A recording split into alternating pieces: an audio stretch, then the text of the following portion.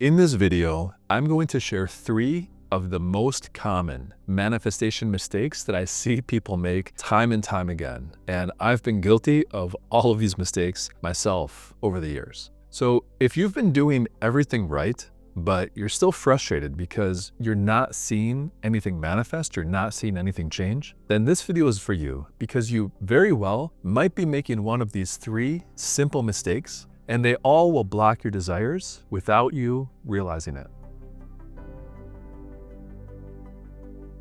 So the first mistake that people make all the time when it comes to creating their desired reality and manifesting is this. It's wishing or hoping for it. Now, let me break this down a little bit because obviously every one of us, when we want to create something in our life, there's an aspect of wishing and creative thinking that goes on, thinking about the possibilities and what could be. The problem is, though, that once we know what we want, if we're operating from this place of wishing or hoping, you're basically saying to yourself time and time again, it's not here yet. And so that's all that the subconscious actually hears, that it's not here. So that energy reinforces lack, and you're energetically placing your desire outside of yourself. So that's the problem with wishing or hoping for something. It's creating distance between you and what you want. And the problem is very simple. You can't manifest from that place of wanting, from that place of lack, because all you're going to manifest in your life is more wanting and more lack. Instead, you manifest from creating a new identity. You become the version of you who already has all the things that you want. So to make it a little more practical, instead of saying something like, I hope I get this new job, I hope I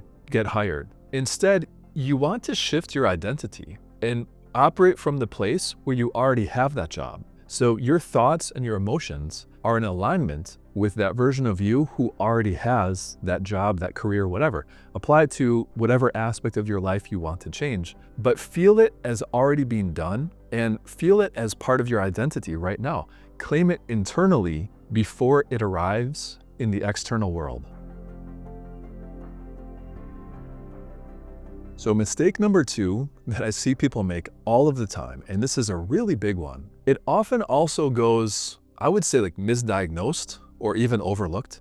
And it's this, it's putting things on a pedestal. So what do I mean by this? When you know what you want, and then in turn, you sort of glorify it, you obsess over it, you make it seem like this larger than life thing that when you achieve that level of success or have that much money or have that relationship, whatever it is, that once you get to that place, oh my God, like life is going to be amazing. Very often, even subconsciously, we're saying that these things that we want are on a higher level than us, that they're difficult to obtain. We're giving our power away to these external things. So the subconscious reads that as, I'm not worthy. The more we put these things that we want up on a pedestal, we're saying, oh, I'm not good enough yet. Maybe one day, once I've worked on myself more, once I've earned more money, once I've worked harder, we're saying that these things are more powerful than us. And we're not good enough yet to actually have them in our lives. So that's the problem with putting things on a pedestal, making them feel like they're not normal and expected, that we don't deserve them. Ideally, these desires that we have,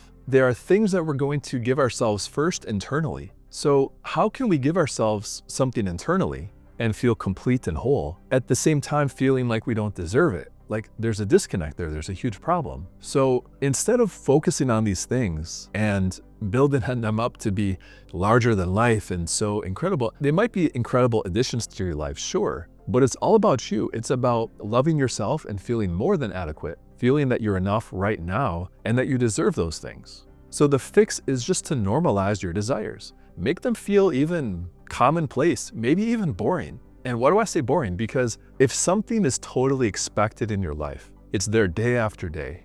You log into your bank account, your banking app, and every single day you log in, you've got millions of dollars there. That sort of would become pretty commonplace and pretty boring. Maybe the first time you have a lot of money, it's like, oh my God, wow, this is incredible. But with the passing days and weeks, it would become normal and commonplace and expected. While we want to appreciate these things in our lives and feel gratitude for them, absolutely, it's about making these things expected and normal and familiar in our imagination, in our emotions, not special or rare. But again, this doesn't mean we don't appreciate them. We do, but we also know that we're deserving and we're worthy. So we eliminate that disconnect. We eliminate that feeling of putting things so high on a pedestal that we don't deserve them.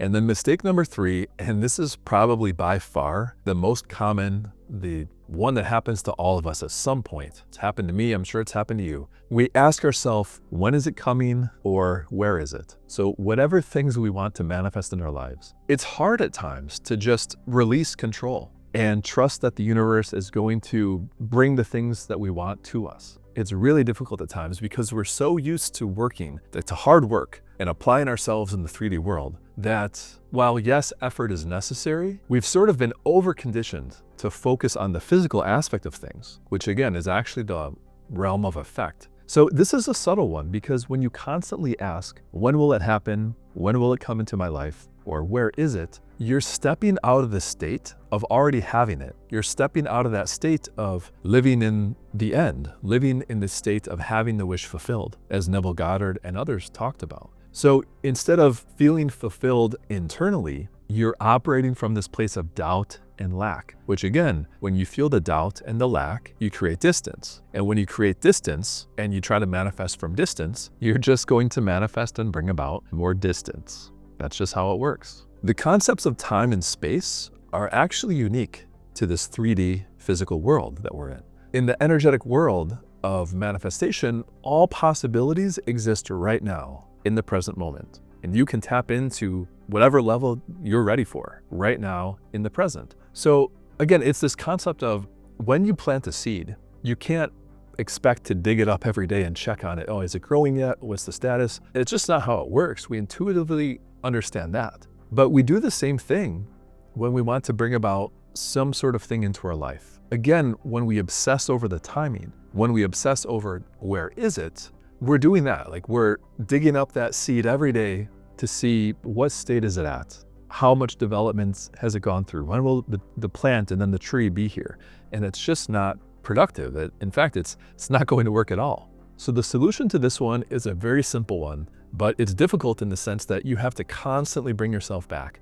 Every moment of every day that you catch yourself deviating from this, you've got to catch yourself and bring yourself back and practice living in the end. So no matter what's going on in the 3D world, no matter how much lack or difficulty there might be, realistically, you have to take control of your thoughts and your emotions, and right now, in the present moment, just be absolutely determined to live in that end state and know and feel that you already have everything, no matter what the physical world tells you.